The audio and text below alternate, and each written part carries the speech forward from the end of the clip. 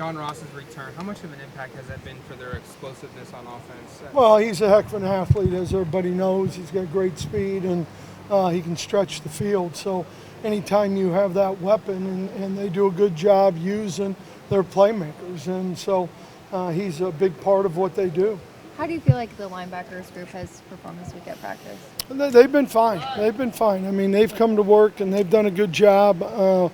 Without Johnny a little bit, somebody else has to step up. The communication part of it, we've got to do a good job with. Has anyone stood out to step up in that? No, I think Troy being back is always big. Even though he's a young guy, AJ has some experience. So I think just through that group, Jimmy, we've tried to give all those guys some great reps and great ownership of the defense. Arizona was pretty successful against Washington. Are you kind of taking anything from them, that game?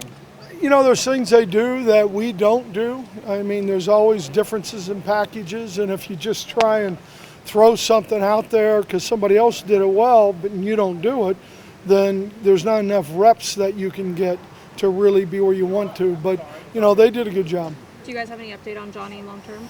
I do not. Troy's energy does seem so contagious. Even though he's a freshman, is he a guy that even the veteran guys can feed off a little bit? Yeah, I mean, the one thing that Troy's done is he showed up every day to go to work. And when you have that kind of example, and he is a guy who I think really loves to play, I think guys feed off that. Brady, what's your philosophy on rivalry games? You've been in some of the biggest. Do you like them, or do you try and treat it the same like Oregon's? Well, I think there's always something to it. I mean, I think you're naive if you don't, have a little certain feeling about, playing a rivalry game. So it's something that, obviously this is my first one as an Oregon Duck, but with Washington, but there's always that rivalry there. Jake Browning really coming on and into form in his sophomore season. What have you seen just on film out of that guy? Good decisions, makes good decisions, handles their offense well.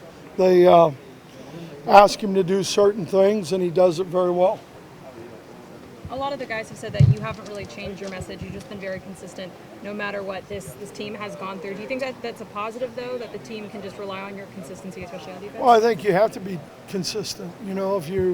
If you go in the meeting room and rip their butts one day and then go in and pat them on the cheek or whatever the next day, I don't think you got to be consistent. You got to be who you are.